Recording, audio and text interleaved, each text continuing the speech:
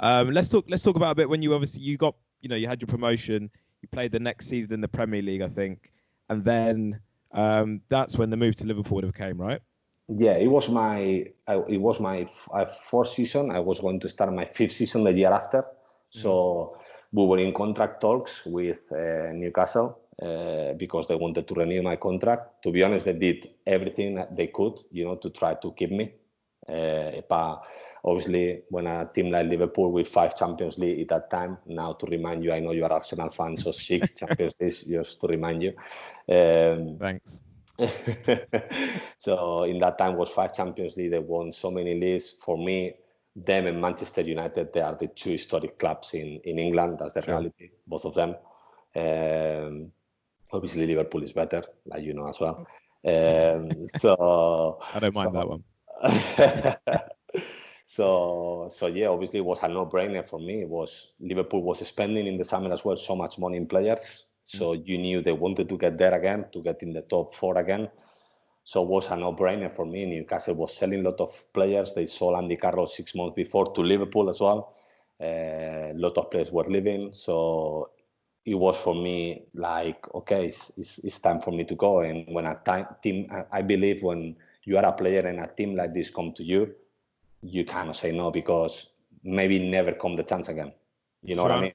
Of course, and obviously, I mean, you had an interesting last season at Newcastle. I mean, so Houghton was sacked, like you said.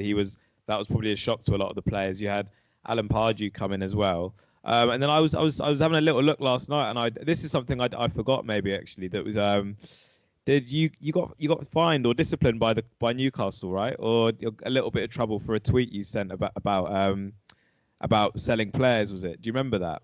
Yeah, that was a mistake from me, to be honest. Yeah. Obviously, I was mad really with the club because, to be honest, even if a team like Liverpool come, obviously at the end you have to change the place, you have to go somewhere else, prove yourself. And I was really loved in Newcastle by fans, by people, and I was really comfortable as a person there, as a footballer and as a person as well. I was comfortable there, used to the weather. I was speaking English really well in that time already. So I was mad really. That's why I tweeted that way. And it was wrong. It was wrong. They say they find me. At the end, they didn't. Okay. To be honest, it was in all the paper that they found me with 2 weeks fine and everything like that. At the end, they didn't because obviously it was the transfer and nothing happens. But it was a mistake from me, and I would say that. Now, so many Newcastle fans say I was right what I was saying, but even then, I shouldn't have said that. It's not my job. I was a footballer. My job is to play football. It's not to discuss what a president should do or our club should do. So that's something I regret saying. Sure. And more because it hurts the fans as well when I say it, because they loved me so much there, and it wasn't nice for them to hear that from me. But it was more from a madness point of view that to put an excuse to leave. It was mad because they were just keep selling players. But at the end, to be honest, if a team like Liverpool comes to you, I would have left anyway because it was a massive chance for me to go there. Kenny Douglas was the manager, so King Kenny, so sign you, so you cannot say no to that. And to the team of Liverpool that, they have amazing fans like Newcastle, but Liverpool obviously is more worldwide, obviously because all the titles they won. So it was a no-brainer. So I had to go. But yeah, it was a mistake from me. Definitely, it was a mistake from me to tweet that. Would that have been the first fine of your career? Yeah, they never found me, to be honest. I believe no, they never found me like that. Yeah, maybe they found you to arrive 2 minutes late to the meeting. Yeah. They find you. Yeah, something like that. I think that happens to every single player. But find me for discipline or for something like that. I believe everywhere I've been, people, they have respect for me like I've been doing for them. I always treat everyone so respectful because they did treat me so respectful everywhere. So. Well, you were on time today, Jose. So I don't need to fine you for turning up late to this. You're well on time, mate. I told you I wasn't that. You told me 11 a.m. Spanish time, and I was here. Mate, yeah, no, I'm not. No, your money's safe today. But let's talk about Liverpool because obviously that's, like you said, hard for me to say. But yeah, one of the biggest clubs in England. Maybe, like you said, maybe. What you say? One of the biggest team in England right now. No, that in the world probably. Yeah, well, probably not. Yeah, in the world. That's why they won the World Cup. They're a good. They're a good team. You're a good team. Yeah, I Okay. know. But like you said, that I mean, that combined with, like you said, signing with for Kenny Dalglish as well, one of Liverpool's greats, one of the all-time greats as well. You also, I was going to ask you as well. You obviously you signed the same year as Jordan Henderson. He would have been a lot younger then. Yeah, he was a lot younger, obviously. He's a lot younger then. We didn't obviously no one knew he was going to sort of go on to have the career he was going to have, and winning the Champions League last year. This close to winning the Premier League this year. Hopefully that will get resolved in the next few months, weeks. But what was he like then as a younger player and as a younger character? Could you see that he was going to be something special, or was that a bit of a surprise what's happened to him in the last few years for you? For me, I have a special relationship with him as well. He's a great guy as well. Mm-hmm. Like everyone can see, is what it is, and he's a great captain for Liverpool. But obviously, when I believe, with my experience now, obviously when you get older, you get more experience. I'm still really young, and obviously I still love to learn in life and in everything, in football and everything. But when you I believe it's really difficult as a player and more as a young player, because it happens to me in Newcastle and it's not Liverpool. When I arrived, it was big club. I arrived 20 years old, very difficult to adapt. I know it was different country, but put that the same in the position of Henderson. They paid £20 million transfer fee. You come from Sunderland to Liverpool, the biggest team in England. Mm-hmm. So it was difficult for him, obviously. It was very difficult for him. It was very quite criticized by fans, really, from the start, because everyone wanted him to be the new Steven Gerrard. Yeah. And Stevie is Stevie and Jordan is Jordan, at the end. But to be honest, Stevie has always been so supported. Stevie I'm not going to mention him because Stevie is different class. Stevie... Sure. In every single way. Stevie, I remember supporting him so much, and he's always done, and that's the bad thing about people, that people believe that Jordan was going to be the new Steven Gerrard, and he's not going to be the new Steven Gerrard, like it's not going to be the new Jordan Henderson when he retires. It will be another player. You can compare yourself with someone that is completely different. Stevie and Jordan, they are completely different players. They are amazing players, both of them. Look, no one can say anything about Henderson anymore. He left the Champions League and probably is going to leave the Premier League this year. But the different players. And what you could see from the start, obviously, you could see that he was a young guy, lot to learn. Like, sure. Obviously, still learning, I'm sure, like everyone we do in every way. But you could see every time after the training, he do more fitness tests, he done more practicing corners, free kicks, and everything like that every single day. Really? He wanted to improve himself and prove everyone wrong. And I have to say, because obviously I have the chance to be with him in a dressing room for 5 years. And I have to say that I'm so happy for obviously the fans first, the club, and everything, that obviously things are going so well right now for the club. And I'm a supporter, like everyone knows, of the club now. Because at the end you support the team that you support, and you don't choose it comes. And sure. I have that feeling for Liverpool that I don't have for anyone else, and it's the way I feel, and I cannot explain why. I have so many reasons why, but it's the way I feel, and I cannot change it. And I'm so happy for him. I'm so happy for him because he's been so much criticized for so many years, and for me the last 3 seasons more than anything, obviously even before them, but the last 3 seasons he's been so important for Liverpool, so important. You can see when he's not on the pitch, you can see a difference, definitely. And I'm so happy for him when they won the Champions League. Liverpool won the Champions League. In the after party, I said in other interviews, I told him as well. I say I'm so happy for everyone, for myself, for the club, for the fans, for everyone. But the most happy person I am for is for you, because I know you are a great guy. You are a great captain. You are an amazing human being.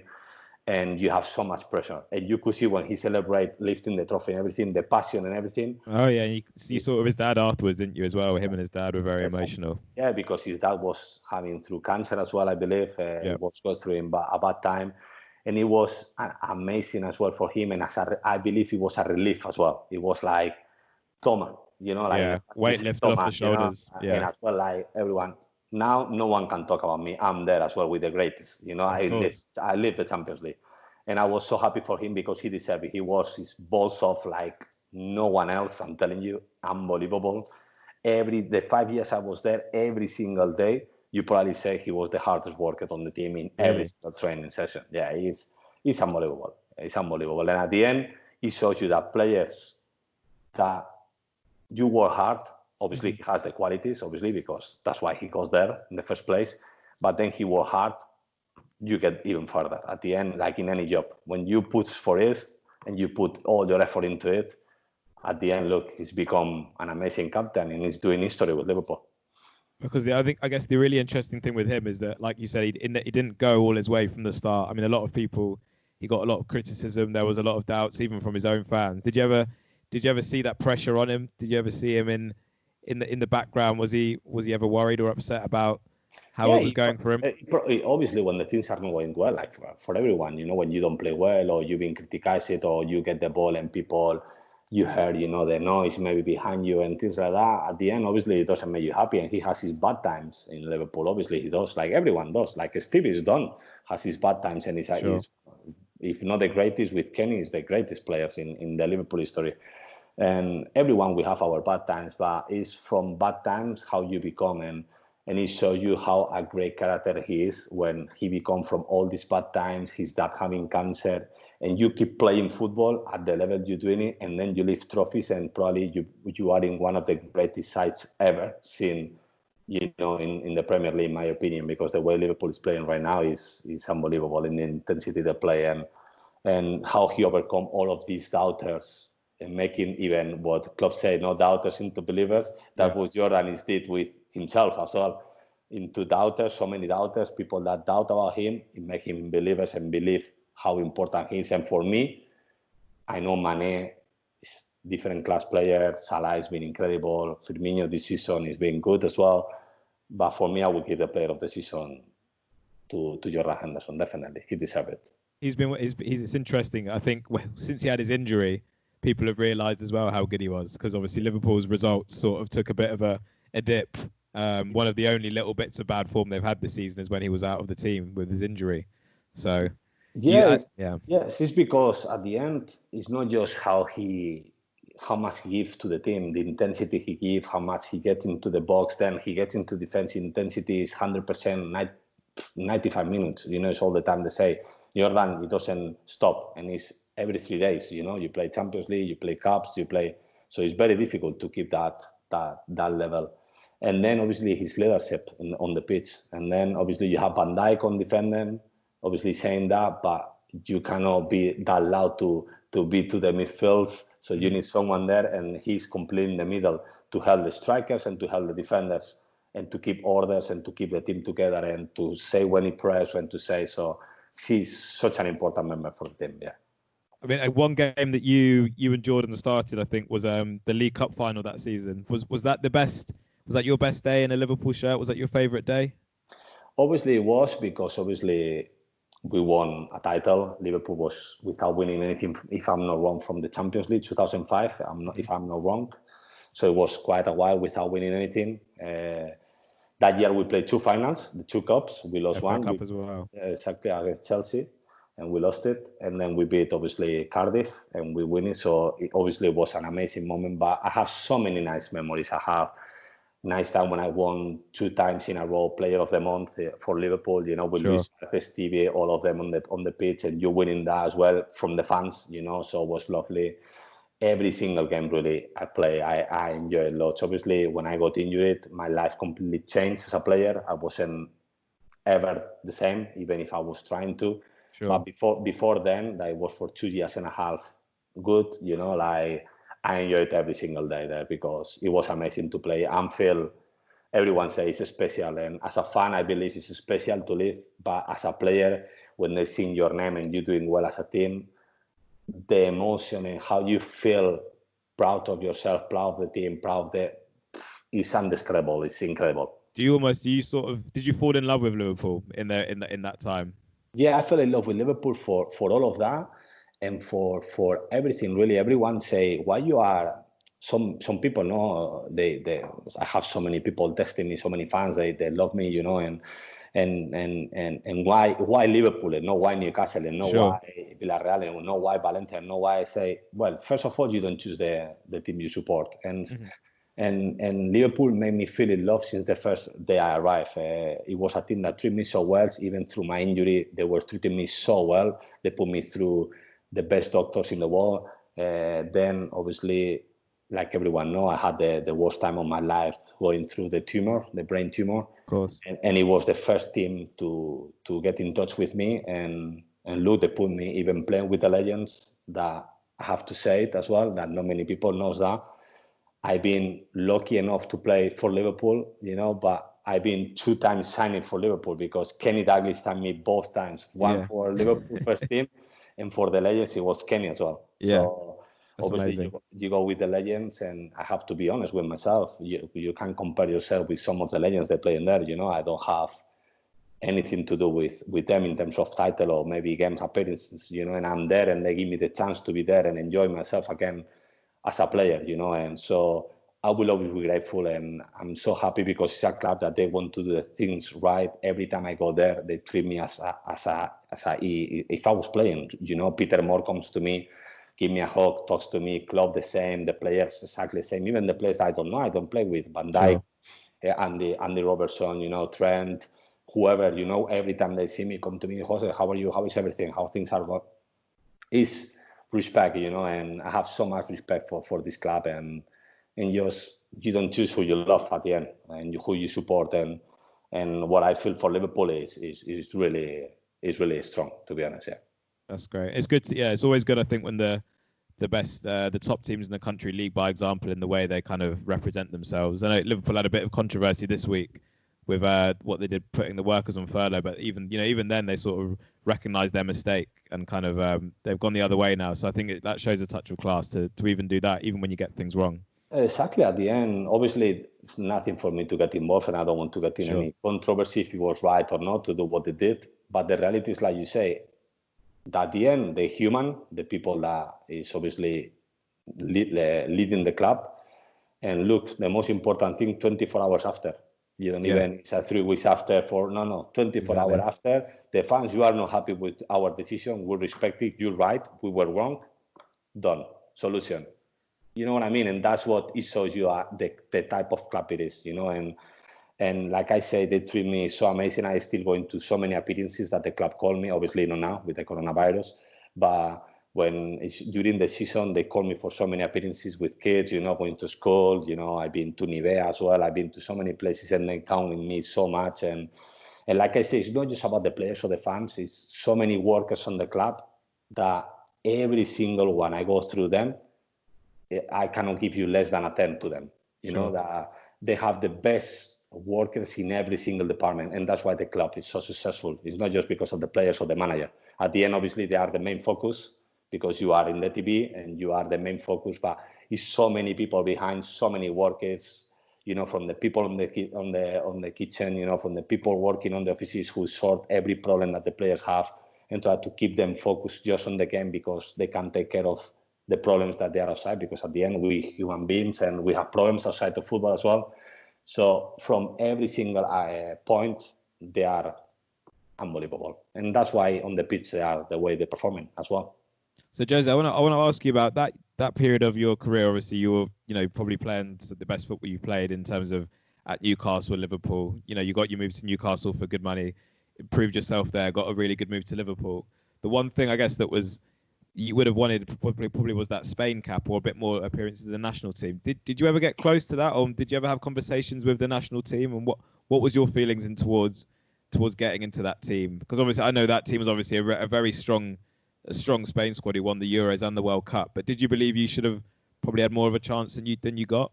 In my opinion, in one point, everyone was saying, every of my teammates was saying that they didn't understand why he didn't call me. To be honest, in one point, at least give me the chance, to try to prove if I'm right or not. But I believe in that time, like you say, Spain was winning everything.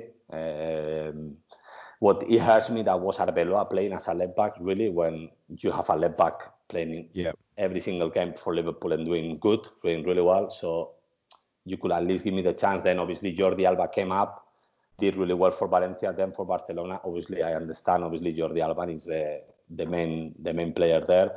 And obviously, like I say, I was unlucky, obviously, to don't be in Spain to win them things with them, and at the same time, I was unlucky because it was the time that they winning everything, so he didn't really wanted to change the squad too much, really. Yeah. So it was them two things, really. So, but it's what it is. At the end, is I can't complain about my career. Obviously, even with the injury, I can't complain. I've been really happy. I've been blessed, to play football at the highest level. Yeah, it's something that I would have loved. Yeah, obviously, I would have loved to play for my country, but it didn't happen. So it's what it is. That's fine. Let's talk about the end of your Liverpool career. Obviously, at the end of that season, Kenny Dalglish, in your first season, he got fired. Was that a surprise? Yeah, it was a surprise, to be honest, because at the end we finished, I believe, seventh, if I'm not wrong. Obviously, in the league we didn't finish maybe as the owner as they expected. Sure. But we arrived to two finals and we won one.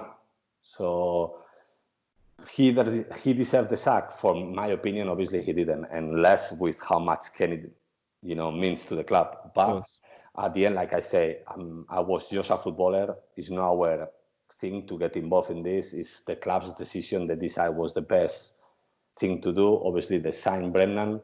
That for me, he was, and he's going to be even better manager. That he's a top manager for me. Mm-hmm. And he did really well for us. He nearly make us win the league.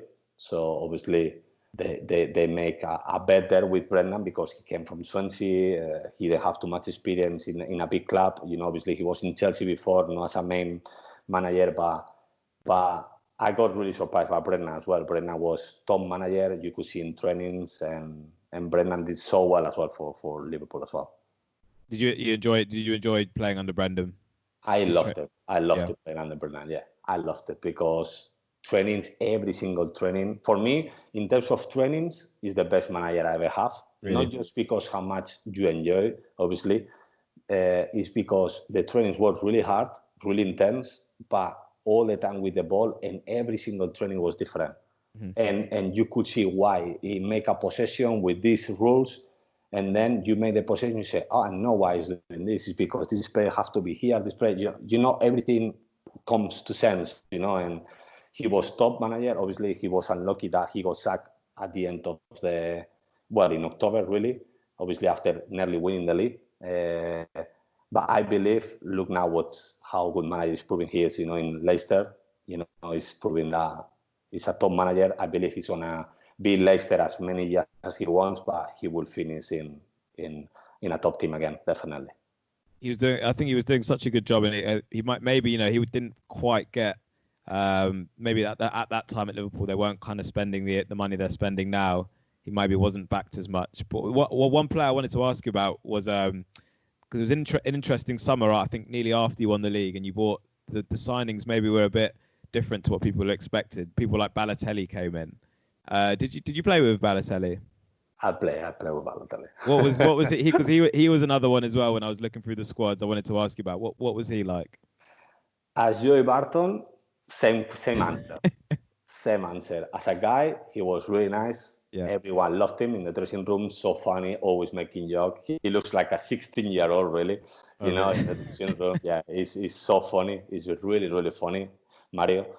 But at the same time, yeah, he's done some silly things aside. Yeah, sometimes I believe he wanted the attention maybe he wasn't getting on the pitch because the things they weren't going right, and he took some bad decisions. But as a man, I'm telling you, he was so funny and very nice to be in the dressing room with. Obviously, Luis Suarez left. Balotelli need to take his place. Mm-hmm. If it was the right move, obviously, I'm not the one who to say that. Obviously, that's the club's decision to sign him. Obviously, I would never have sold Luis Suarez, but obviously Barcelona came. We weren't winning things, really. So at the end, we lost that year the league. And it was fair enough for Luis to leave. Obviously, Luis was the best number 9 in the world in that time. And he left, obviously, the club with a good fee, and he left. And obviously, they got Mario. Maybe they expected to do better, and he didn't. But at the end, as a teammate, I can just speak good about him. Obviously, on the pitch, it's not my thing to talk about him. But as a teammate, he was really good to be involved with. Yeah, really funny. And you said obviously you lost Suarez as well. That seemed like a massive deal at the time that would hurt Liverpool. How was that, losing him, and what was he like for the years he was there? Because there was points in the Premier League where he seemed like he was unplayable, really. Yeah, he was unplayable. That's the word. It was unplayable. Luis is the best player I play with Stevie, definitely. Yeah. Obviously, I play with Riquelme and Forlan as well. They were massive players, but these two for me, the different class. And I was lucky enough to catch Luis on his prime as well. So Luis was unplayable. When he wanted every game, really, he was unplayable. And I believe that's what really killed maybe the team that summer, obviously, and kill maybe even Brennan, because at the end you sell your best player. Yep. And obviously is irreplaceable. Luis was irreplaceable in that time. Obviously, then Klopp arrived, and what is done Klopp with the club, I believe, is the main reason the club is what it is.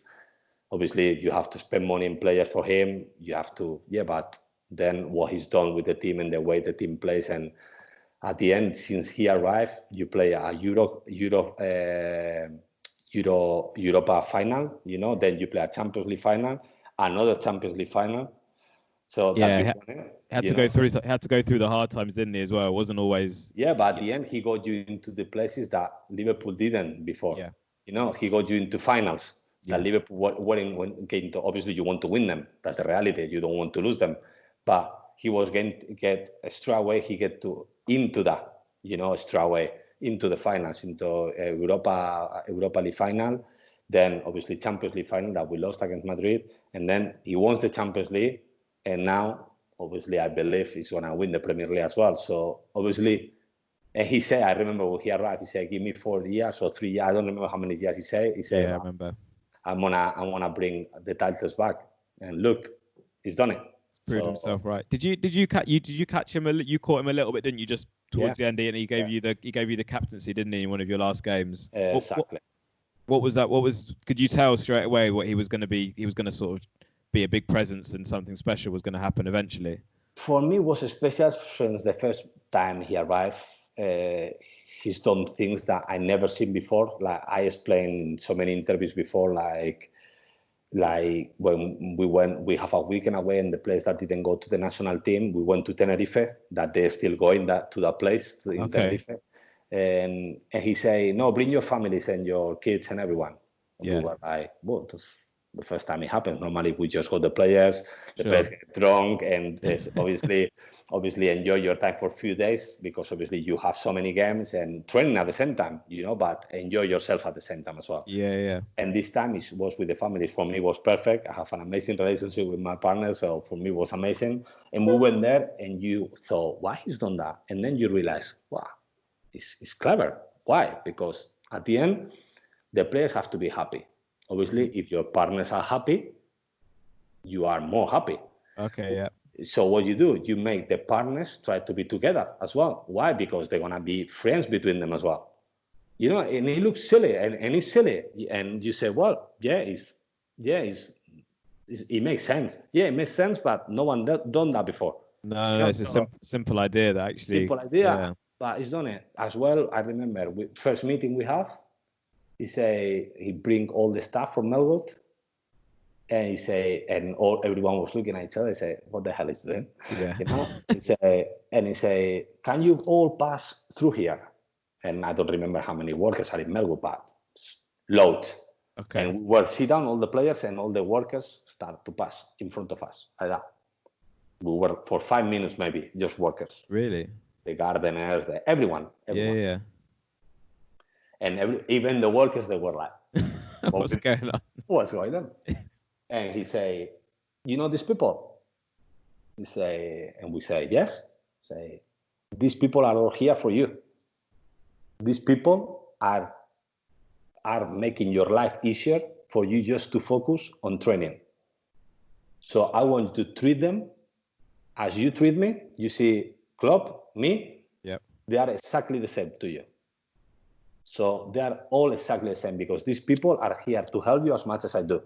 So, and you are like, well, I always treat, and the players, we always treat so well the staff anyway, but it makes you go like, wow, that's different as well. That's something really simple, but it's different. And it makes the worker as well go like, wow, like you feel part of it as well, don't you? Yeah, feel appreciated as well from the manager, from the main guy, really. It was. Then another thing, and it's the last thing. It's so many of them, but the last thing is, we stay here until 6 o'clock. Or pass out and get too hungry. Exactly. So it was like, we have a birthday of a player, for example, my birthday. And they say, okay, for the training, we get in a circle like that. And they say, okay, it's Jose Enrique's birthday. Today is 27, for example. They say, okay, they start singing happy birthday. English people, in English. Happy birthday to you, happy birthday to you. Okay, let's see, next one, who is here? Portuguese, okay, in Portuguese. And every language that was on the team was singing the happy birthday, and everyone was clapping at the same time. And so things like that. And it makes you... Did he do it in German for you? Yeah. Same, exactly the same. Good voice? He smoked too much. No, it was good. It's good. Yeah, it's just a joke. So it's silly things like that, and you go into the training already laughing and enjoying, and it looks silly. It's silly, and you say, well, it makes sense. Yeah, it makes sense. But you make all these points, and at the end, you say, well, maybe it just give you 1% more this, another 1% the thing, another 1%, and you start to point, and maybe it's another extra 20% that the team doesn't have. And all of these things is what I believe he makes the difference. And obviously, his personality, what it makes the difference to the team the most, because he's a guy that what you see in the games, that he looks like he's gonna kill someone screaming. It's his personality, and he say from the first day as well. He say, when you see me, like, I say, don't believe I'm mad or whatever. He say, it's me. I talk like that. So he say, don't be like I'm screaming. No, I'm trying to be giving you something, but it's just my way of talking on the pitch. It's like that. And in trainings, he was the same. And he put that intensity. I don't know how he does it. He give it to you the same. And in trainings, everyone is going that intensity, and it's going that way. And then on the games, what you can see. And now what for me makes the difference, and he said in an interview, and it's the truth.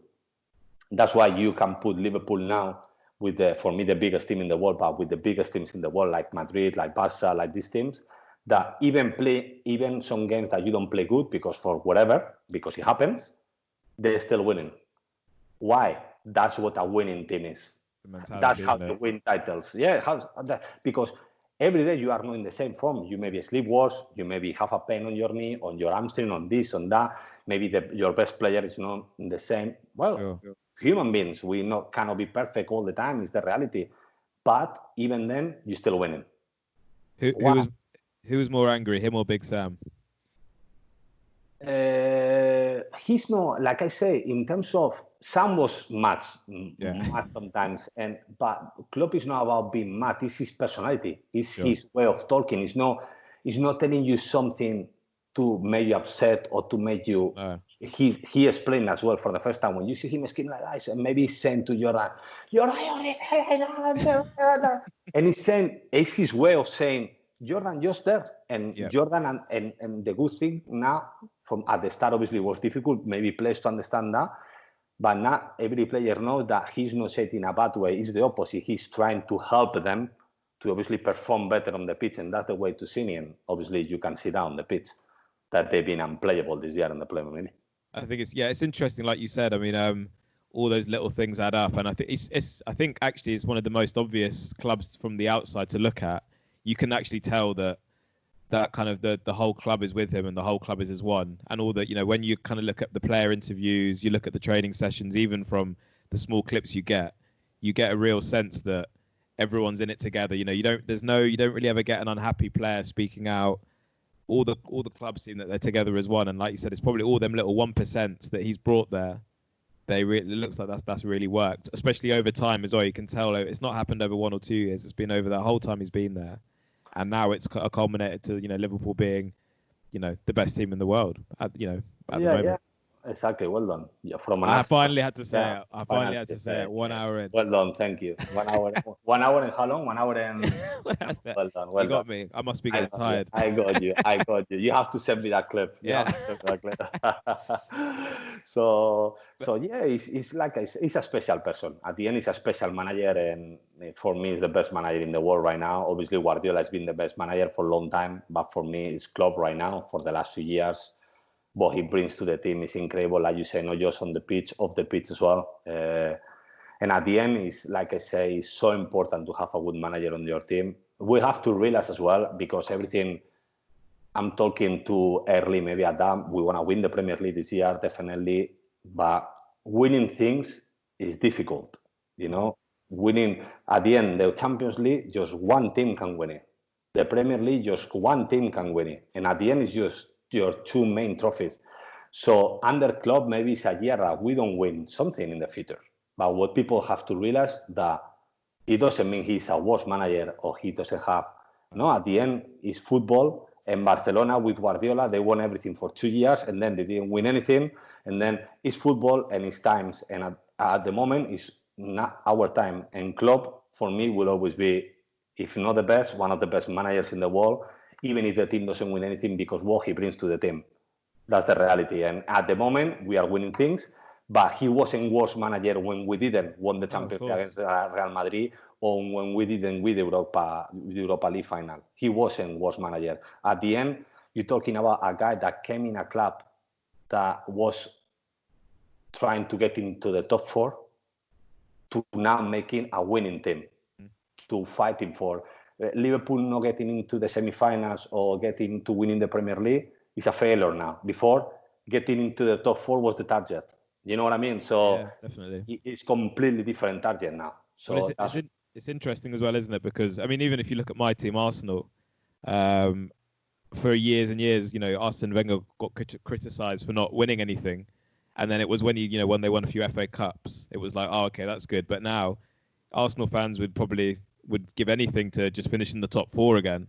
But there's a culture, especially when the press gets behind a big club. It's like they have to win something. They have to win something. Even with Tottenham, it was they have to win something. They have to win something. Now with Mourinho, they killing him because he's not winning something. yeah, and they're mid-table. So and at the end, Mourinho has been a successful manager. That's the reality. And if they were right to sign Pochettino or not, obviously we don't know what is happening inside there. So, and I'm not gonna get involved. I don't want any trouble. But unless now that I'm working in the industry, so no. I'm not gonna get in trouble. But at the end, when a good manager is a good manager, is a good manager. You know what I mean? And the reality is sometimes you don't win things because it's football. At the end, like you said, only one team can win the Premier League. Only team can win. One team can win the Champions League. And that's why us as a football fans, we love football as well. Why? Because if every time with the same team, no one will like football because we will say, well, they want to win. You know what I mean? At the end, it's not interesting. And that's why it's so interesting because, this year last year was between Manchester City and Liverpool. This year, it's true, it's been just Liverpool. But next year, it's going to be a fight again. You know what I mean? In the Champions League, look, Liverpool, the best team, no doubt, this year in the world. Even the Atletico Madrid say, for me, they play an unbelievable game against Atletico Madrid at Anfield. They play incredible. One of the best performances. It's one of the most ridiculous matches I've ever watched, I think. Yeah, exactly. and they lost. Why? Because it's football. Then Atletico Madrid playing very defensively and doing nothing because they done nothing in all game.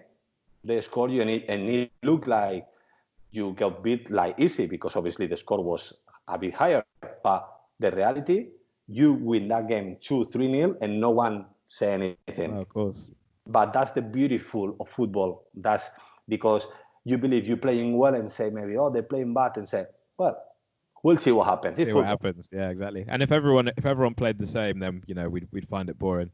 Now, mate, I want to finally talk to you about something that's sort of topical as well because we're obviously in a bit of a strange time with the coronavirus. A lot of football players, you won't be doing anything. Well, they'll be at home, they'll be training at home, but they'll obviously be suffering potentially mentally with not training every day, not having the match play every weekend that they're used to playing in front of thousands of people. Obviously, your career sort of, you suffered bad injuries towards the end of your career, which, would you say they forced you to retire early, the sort of the knee injury that you had? Yeah. Obviously, it makes me retire a Yeah. lot earlier. Yeah, it And makes me not how perform. how was that for you? 'Cause kind of going from playing, all the time regularly to being eventually sidelined basically because of that injury and not being Yeah, able to well, train, not being able to play. How was that? it's already knowing that I had mental health problems, because of the injury. Obviously, then obviously I was really unlucky because then it came my operation as well. So, but I learned from the experience. Obviously, the most important thing, I always believe that you have to find help in people that obviously you cannot manage it by yourself, because right now the world is the way it is, and sometimes it's difficult. And more now with the coronavirus, you're talking about the players.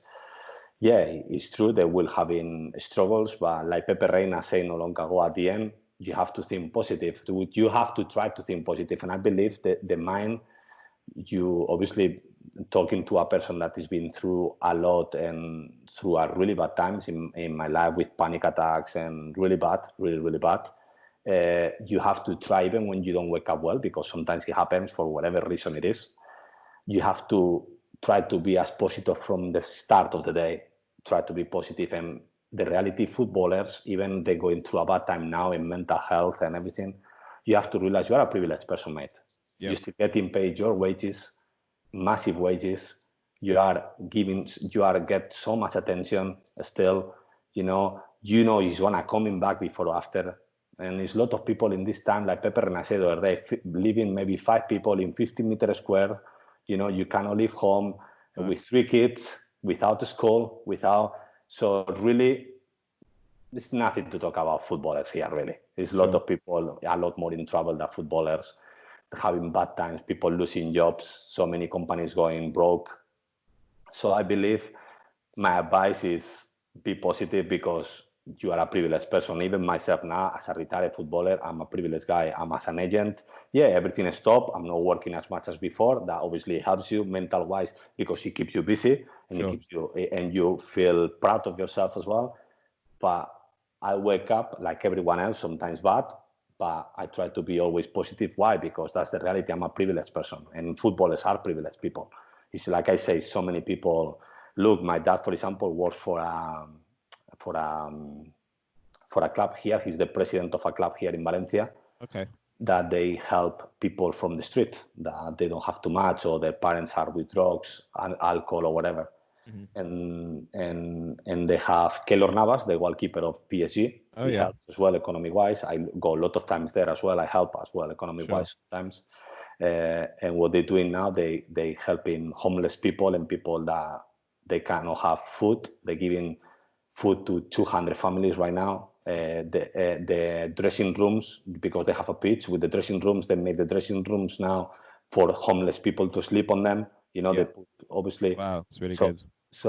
yeah, but that's what it means. That's trouble. That's Yeah. struggling. Not being at home playing FIFA, or you know what I mean, or that's trouble. And when you see that perspective, that's what you have to feel. Or the people from the NHS really scared all the time and helping people. So like I said, footballers now, that's the way you have to think. Feel like I'm a privileged person. Yeah, I'm at home. It's shit. I'm sorry for the word, but it's the reality. It's shit. Of For course. Yeah. everyone, it's shit. But yeah, what I do, look, I'm talking to you through Skype. Now I'm gonna play Mario Kart or watch a game. Or you are privileged. Some people lost their jobs. They don't know Yeah. how Of to feed course. their families. So like I say, it's not to focus about footballers right now in this. It's to focus about people, and people forget as well, because people just thinking about the coronavirus. Is so many people in the hospitals that it's not about coronavirus. They still need urgent operations. It's people still having babies. It's people still. So yeah, it's all about coronavirus, but it's people still with brain tumors, with cancers, with that they're still having treatments. And you go to the hospitals and you see. So I think that by myself, obviously, because when I have the operation, and like I said, you have to feel, footballers have to feel privileged. Obviously, they Sure. will struggle, yeah, because at the end, human being, you always think about what you're feeling, not other ones is feeling Of really course. that. Yeah. And it's about context as well. Your problems are your Exactly, problems. So exactly. just. And what for me is a problem, maybe for you is why the hell he's complaining. Is Mm. at the end, everyone will have our problems. And for me, something that maybe is big for you is nothing. In the opposite ways. At the end, everyone we here, we have our lives and we manage our problems in different ways. But they will struggling footballers, definitely they will be struggling. Yeah, a lot of players are. I'm talking to a lot of players because I talk with a lot of players and everyone is struggling. Yes, some more than others, but yeah, they're struggling training at home. You are used to training with another 25 players. Yeah, obviously they're struggling. Yeah. What are you saying to them? The kind of thing you just said to me. Just what is your advice to them at the moment?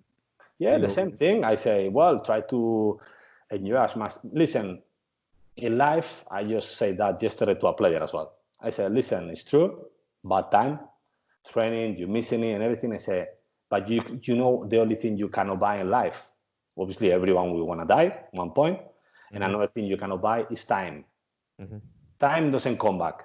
These 2 months, 3 months, 4 months, whatever we are closed down, these 3 months, you are it's been coronavirus. When it's finished, they come back this month. No, they're gone. They're gone.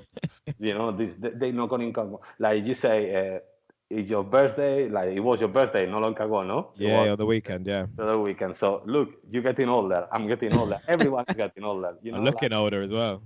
Yeah, you do. Sorry. You do. That's why I'm growing my hair. Cover it up. Exactly. So yeah, at the end, that's my advice. Like, listen, try to enjoy even in this difficult situation. Try to enjoy. For example, me and my partner last Saturday, like I told you, we did we're lucky that we have a house here in England. You're lucky as well because maybe you live in an apartment, but in England it's a lot of houses as well. Yeah.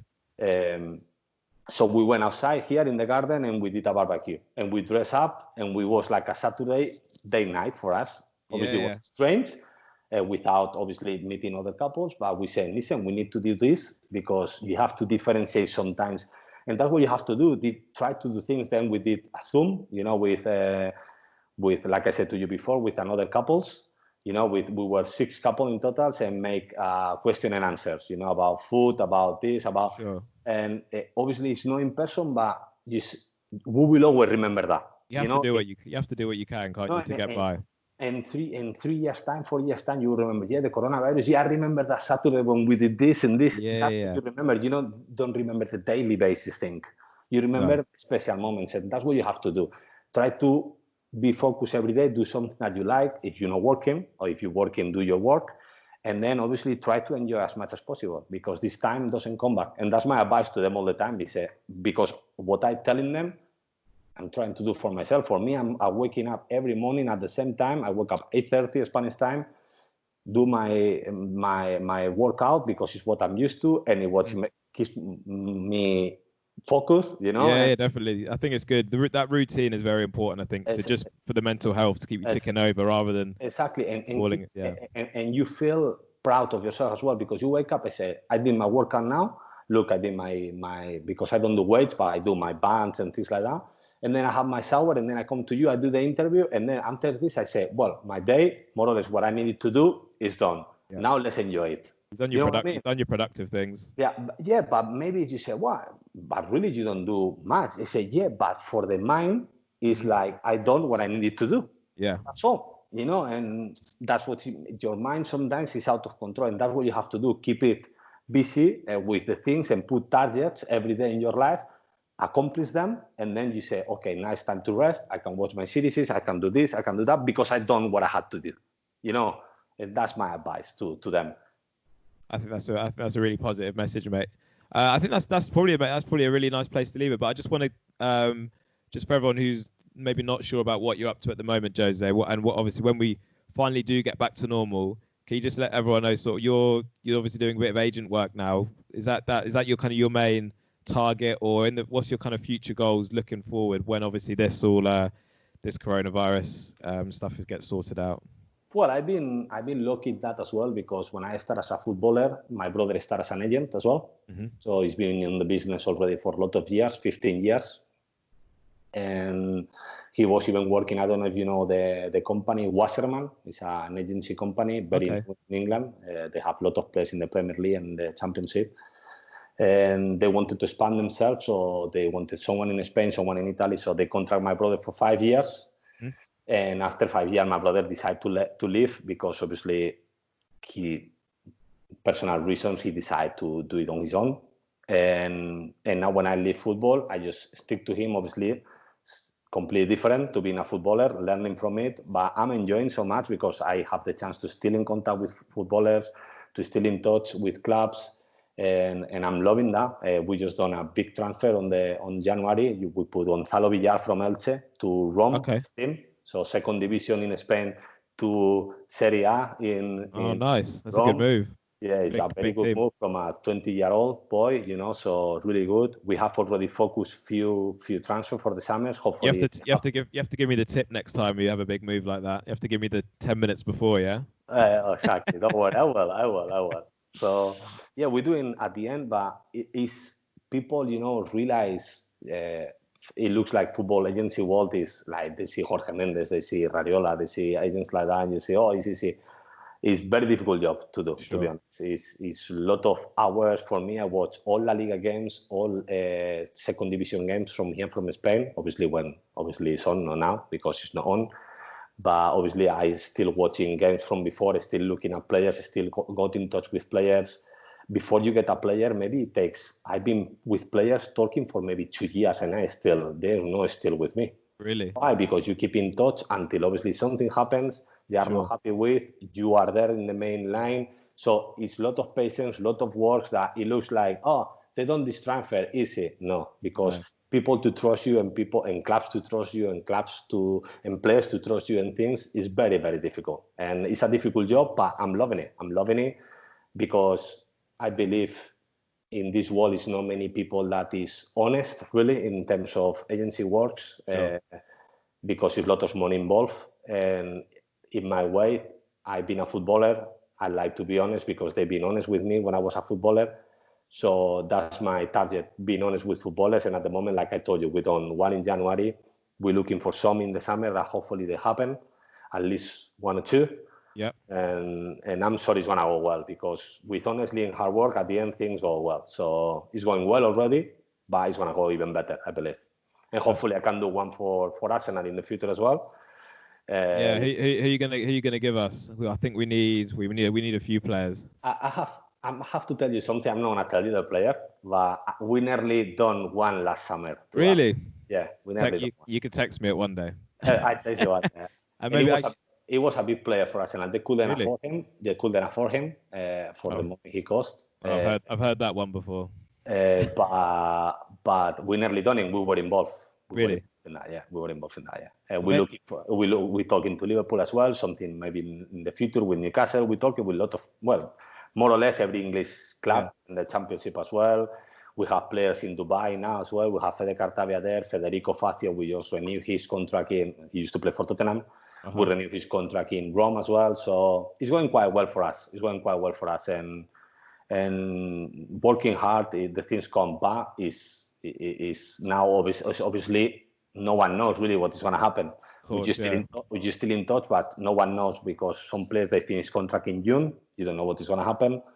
Some clubs they don't know how much money they're going to have to spend because you don't know how it's going to happen with the TV, if the league's going to continue. So it's so many things in the air still. But obviously we didn't stop working. We're still in touch with the players and still moving because this obviously you cannot meet them in person, but you can keep in touch with them. That's great, man. Well, it's good to see you working so hard. If you've got Aubameyang's number, that's a favour you can do. Get him to sign a new contract for me. Then we'll then I'll be happy with you. But Jose, mate, I've taken up a full 90 minutes. We've done 2 halves. We've done a whole match of time. So I'll say thank you very much, mate. It was a really enjoyable talk. Really interesting. And from me as well. But hopefully when this is all done, we can have another one, or when you're next in England, we can get together or something. Because it's been really great, mate. Really appreciate it. Definitely, and really appreciate it from your side as well. Thank you very much. No worries, man. And if you got anything, just give me a shout. But it's been a pleasure, Jose, as it always is. Okay, exactly the same from me. Okay, take care. Take care, my friend. Take care, my friend. Bye bye.